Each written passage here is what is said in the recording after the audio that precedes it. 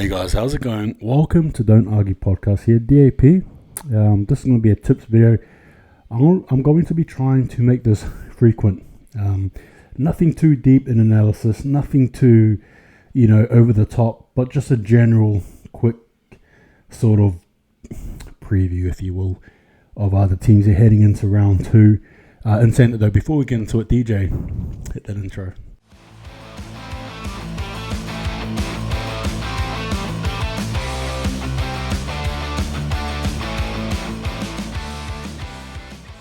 Alright guys, if you haven't done so, please subscribe.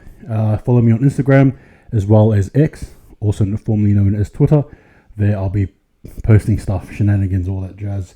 In saying that though, we've got round two here, so we'll get straight into it. Alright, allez. So, the first game is a big game. Saints against Collingwood. Why is it big? Well, look, Collingwood are potentially staring down the barrel of 0-3 to start this season. I didn't think that, and here we are. As for the Saints, they'll be ruling that loss there against the Cats. They've got a chance to go 0-2 as well, actually. So, this game here I think has a lot of, a lot of consequences, I think, for the loser. Anyway, is it too early a statement to make? Possibly, but in the greater schemes of things, as we all know, the first 5 to 6 rounds, those wins or losses can sometimes either pull you back or just push you over the top 8, depending on where you are in the ladder, right? So again, very important implications here.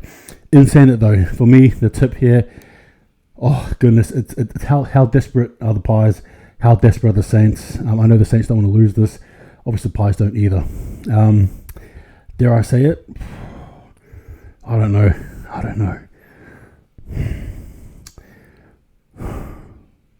Okay, for me, I'm going to be tipping the Saints to win. I'm tipping the Saints. All right, here we go.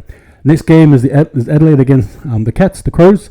This will be a home game here for the Crows. Now, the Cats winning against Saints, Crows just losing to the Suns. We saw some good stuff from them later on in the quarter there, in the fourth quarter, but it wasn't enough. Cliche, but that was the case. Now over at home here, this is 10-9 too, by the way.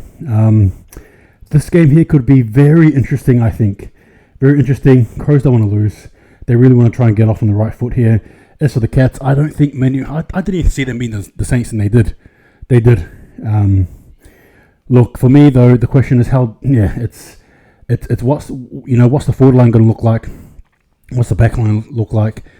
For me, I think the Crows hold it. I think the Crows win, so Crows for me. Next game's going to be the Roos against the Dockers. Look, nobody tipped the Dockers. Not many people tipped the Dockers to beat the Lions. I did. I'm pretty chuffed and happy about that. As for the Roos, well, a gutsy performance against Giants, but at the end they still lost, somewhat convincingly. Look, if Dockers are serious, they've got to win this game, right? So for me, I'll be tipping Freo to win this game. Next game, Hawks against the D's. Look, the D's didn't show enough for me against the Bombers. The Hawks, sorry. As for the D's, well, a good win, I think, anyway, right? To climb back up into the winner's circle, if you will, there, especially after they lost there against the Swans. But in saying it though, look, I reckon D's will be good, and obviously their win there against the Bulldogs last week should put them in good stead, I reckon. So yeah, D's for me, I think they'll be too strong for the Hawks. Swans, against the Bombers here. I don't know. The Swans have been very hot. They've been very hot. They're staring down the barrel of 3-0 starts of their season. As for Essendon, well, yes, they can take a positive with that win against the Hawks, but the question is, are they in that tier, right, of the Swans, the Giants, the D's, I suppose? It's funny, I can't even put the Lions or the Pies in that tier. So, are the Bombers in that tier? We'll have to find out soon, but I think the Swans win this one here. Might be a close game, might not be, but oh man, do I want to tip an upset here? Nah, I might regret this one, but Swans for me. But I don't think so. Next game, Sunday games, Bulldogs against the Suns. How do I say this?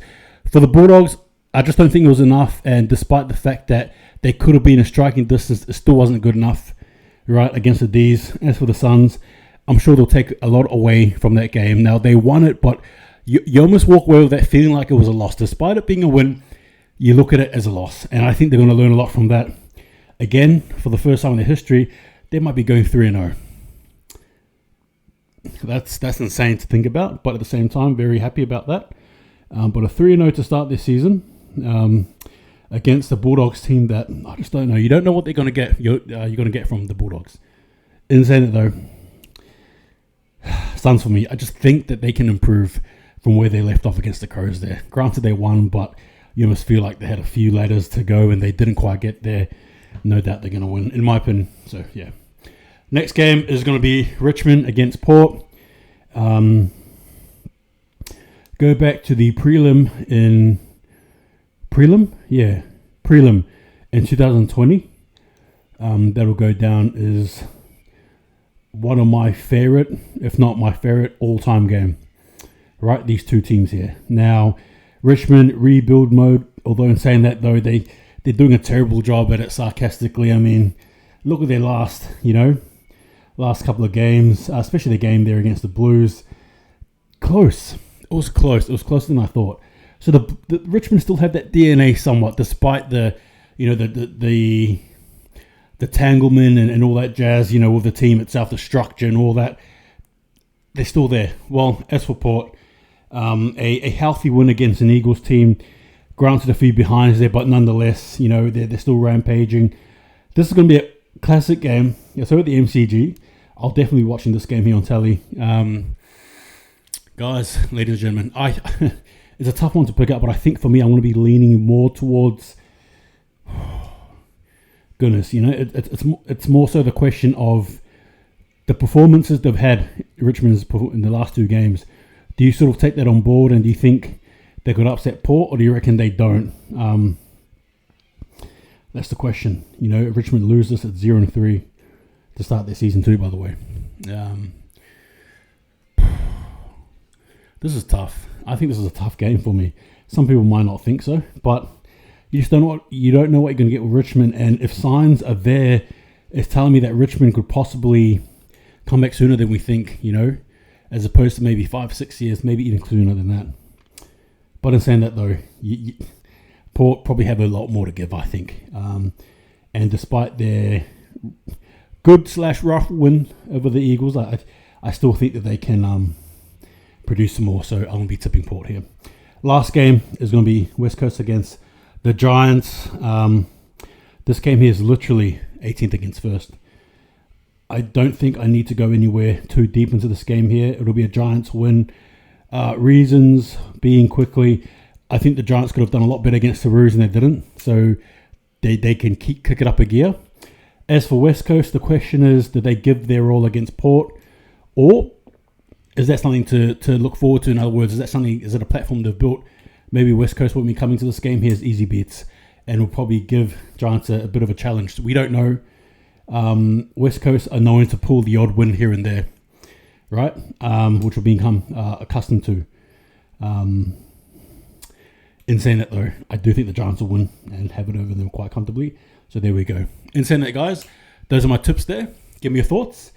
If you haven't done so as well, just go and check out my other videos and stuff like that. There's more content to come.